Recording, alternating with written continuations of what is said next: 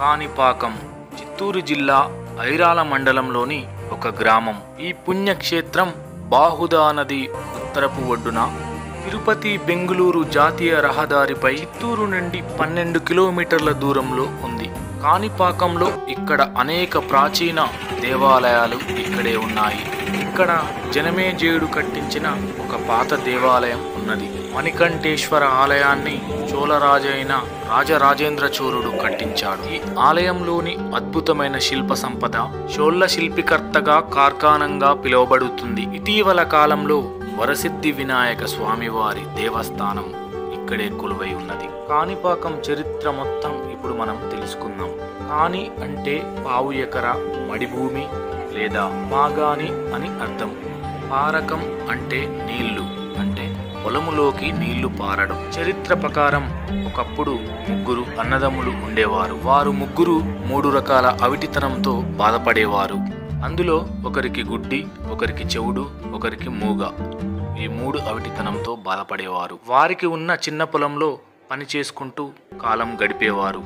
పూర్వకాలంలో నీటిని యాతాళంతో నీరును త్రువేవారు. ముగ్గురిలో ఒకరు కింద ఉంటే మరిద్దరు పైన ఉండి ఆ నీళ్లు తీసేవారు. అలా కాలం గడుస్తున్న కొద్దీ ఒకరోజు ఆ యొక్క నూతిలో నీరు మొత్తం అయిపోయింది. అయితే అప్పుడు అందులో నుంచి ఒకరు ఆ యొక్క నూతిలో దిగి భూమిని తవ్వడం మొదలుపెట్టారు. అలా తవ్వుతున్న కాలక్రమంలో కాసేపటి తర్వాత ఆ యొక్క గడ్డపారకు ఒక పెద్ద రాయి తగలడం జరిగింది. ఆ యొక్క రాయికి గుణపం తాకడం ద్వారా ఆ రాయి నుండి రక్తం రావడం మొదలైంది. సో ఫ్రెండ్స్, చరిత్ర మొత్తం చెప్తాను, వీడియో స్కిప్ చేయకుండా ముందుకు వెళ్దాం పదండి.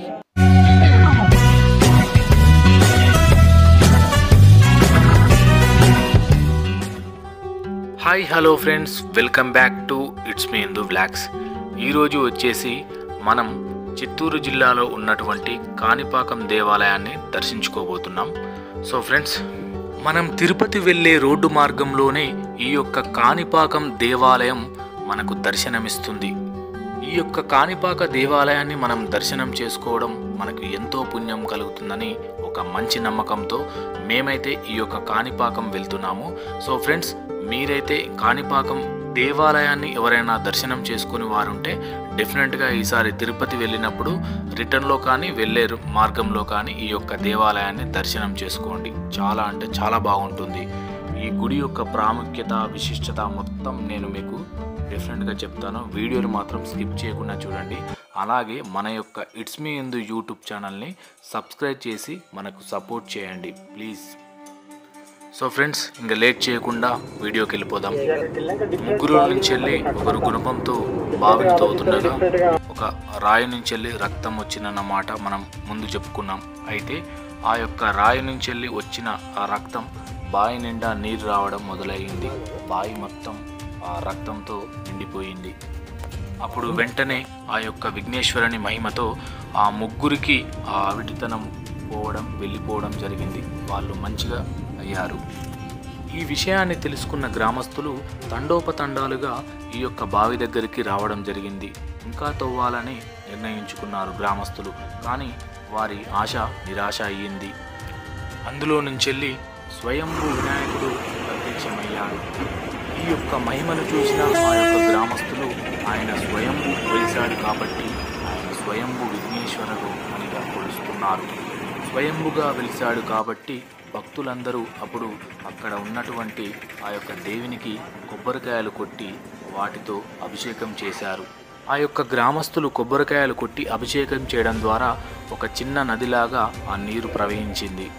అప్పుడు దీన్ని కాణిపరకం అనే తమిళ పదంతో పిలిచేవారు. అప్పుడు అదే రాను రాను కాణిపాకంగా పేరు మారింది. ఈ రోజుకి ఇప్పటికీ ఆ యొక్క విగ్రహం, స్వామివారి విగ్రహం నూతిలోనే ఉంటుంది. ఆ యొక్క స్వామివారి ఆలయంలో ఇప్పటికీ ఆ యొక్క నూతి, ఆ బావి ఇప్పటికీ అలాగే ఉన్నది. దాని పక్కనే ఎలుక రథం కూడా ఇప్పటికీ అలాగే ఉన్నది. ఈ యొక్క కాణిపాక వినాయకునికి మనం అనుకున్న కోరిక నెరవేరాలని ఒక మనసులో ఒకటి అనుకొని వదిలేస్తే అది తప్పకుండా నెరవేరుతుందని ఇక్కడ భక్తుల ఒక మంచి నమ్మకం. ఇక్కడ చరిత్ర చెబుతుంది. ఇక్కడ ఈ కాణిపాకంలో చాలా పురాతనమైన ఆలయాలు ఉన్నట్టు చరిత్ర చెబుతుంది. ఈ యొక్క కాణిపాక ఆలయానికి ఎదురుగా కొలను కూడా ఇక్కడే స్వయంగా వెలిసింది. అలాగే స్వామివారికి పెద్ద మండపం కూడా ఏర్పాటు చేయడం జరిగింది. శ్రీ వరసిద్ధి వినాయక స్వామివారికి నిత్యం భజనలతో నిత్యం పూజలు అభిషేకాలు చేస్తారు. భక్తుల రద్దీ నిత్యం చాలామంది భక్తులైతే ఈ ఆలయాన్ని దర్శించుకుంటారు. అలాగే శ్రీ వరసిద్ధి వినాయకునికి వాయువ్య దిశలో మరక సంబిత శ్రీ సమేత మణికంఠేశ్వర ఆలయం కూడా ఇక్కడే ఉన్నది. షణ్ముఖ ఉగ్ర విగ్రహాలు ఇక్కడే కొలువై ఉన్నాయి. ఈ ప్రదేశంలో నిత్యం ఈ ఆలయంలో ఒక సర్పం ఇప్పటికీ నిత్యం తిరుగుతూ ఉంటుంది. ఆ ప్రదేశాన్ని నేను వీడియో చివరిలో చూపిస్తాను. డెఫినెట్గా వీడియో చివరి దాకా చూడండి. ఆ యొక్క సర్పం తిరిగే ప్రదేశాన్ని నేను చూపిస్తాను.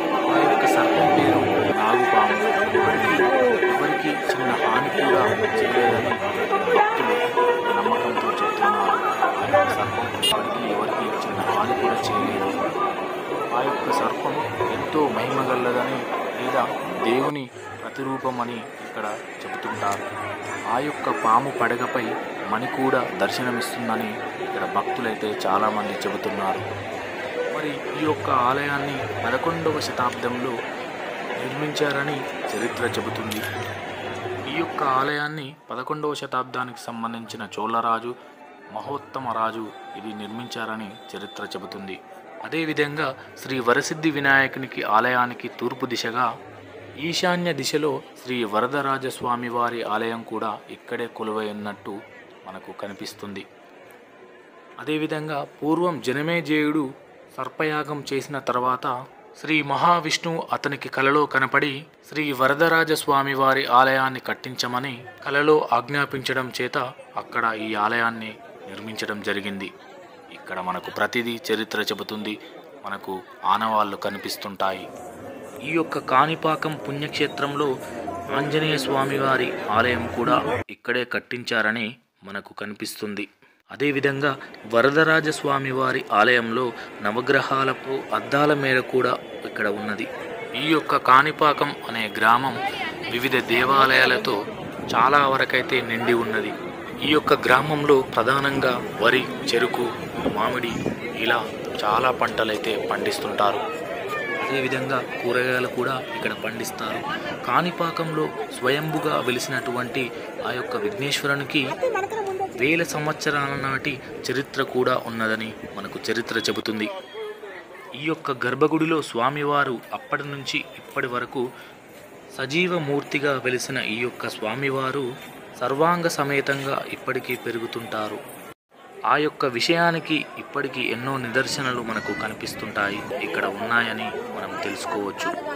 అది ఎలా అంటే స్వామివారికి 50 సంవత్సరాల క్రితం చేపించినటువంటి వెండి కిరీటం ఇప్పటికీ అది సరిపోతలేదని ఇక్కడ పూజారులు చెబుతుంటారు. అందుకే ఇక్కడ స్వామివారు వరసిద్ధి వినాయకునిగా పూజలు అందుకుంటున్నాడు. ఇక్కడ ఈ గర్భగుడిలో స్వామివారి విగ్రహం ఇప్పటికీ నీటిలో కొంచెం మునిగి ఉంటుంది. ఈ యొక్క స్వామివారి మహిమ ఇప్పటికీ ఎవరికీ అంతు చిక్కకుండా ఒక పెద్ద వరంగా మారింది. దీన్ని ఇప్పటికీ ఎవరు కనుగొనలేదు, అలాగే మిగిలిపోయింది. స్వామివారికి ఇక్కడ నిత్యం అష్టోత్తర పూజలతో పాటు ఎన్నో అభిషేకాలు చేస్తూ ఉంటారు. పండుగ పర్వదినాలలో స్వామివారికి ప్రత్యేక పూజలు ఇక్కడ చేస్తుంటారు. ఇక్కడ స్వామివారికి వినాయక చవితికి సందర్భంగా ఇక్కడ స్వామివారికి చాలా ప్రత్యేకమైన పూజలు నిర్వహిస్తుంటారు. సత్య ప్రమాణాలు గల్ల స్వామివారు వరసిద్ధి వినాయకుడు. ఇక్కడ స్వామివారి ముందు అబద్ధం చెప్పని వారు ఎవరు ఉండరు. కొన్ని సందర్భాలలో ఇక్కడ ఈ కాణిపాకంలో నువ్వు ప్రమాణం చేస్తావా అని సవాళ్ళు విసురుతుంటారు. ఇక్కడ మనం స్వామివారి మహాప్రసాదం కూడా మేము మీకు చూపిస్తున్నాను. ఇక్కడ నంది విగ్రహాలతో ఎంతో అపురూపంగా అంగరంగ వైభవంగా ఈ యొక్క టెంపుల్ని కట్టించడం జరిగింది. ఇక్కడ ప్రమాణం చేసిన వాటి విషయాలని బ్రిటిష్ వారి కాలంలో అప్పట్లోనే ఈ యొక్క ప్రమాణాన్ని ప్రామాణికంగా తీసుకునేవారు. స్వయంభూ ఈ యొక్క వినాయకుని విగ్రహానికి ఈశాన్య దిశలో వెలిసిన మణికంఠ స్వామివారి ఆలయానికి ప్రధాన నిలయంగా చెప్పవచ్చు.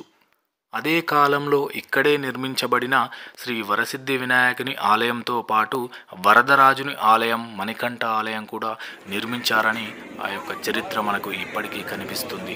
సో ఫ్రెండ్స్, మీరు ఇక్కడ ఇక్కడ నక్షత్రవనం చూశారు కదా, చాలా అంటే చాలా బాగుంటుంది ఈ యొక్క కాణిపాకంలో.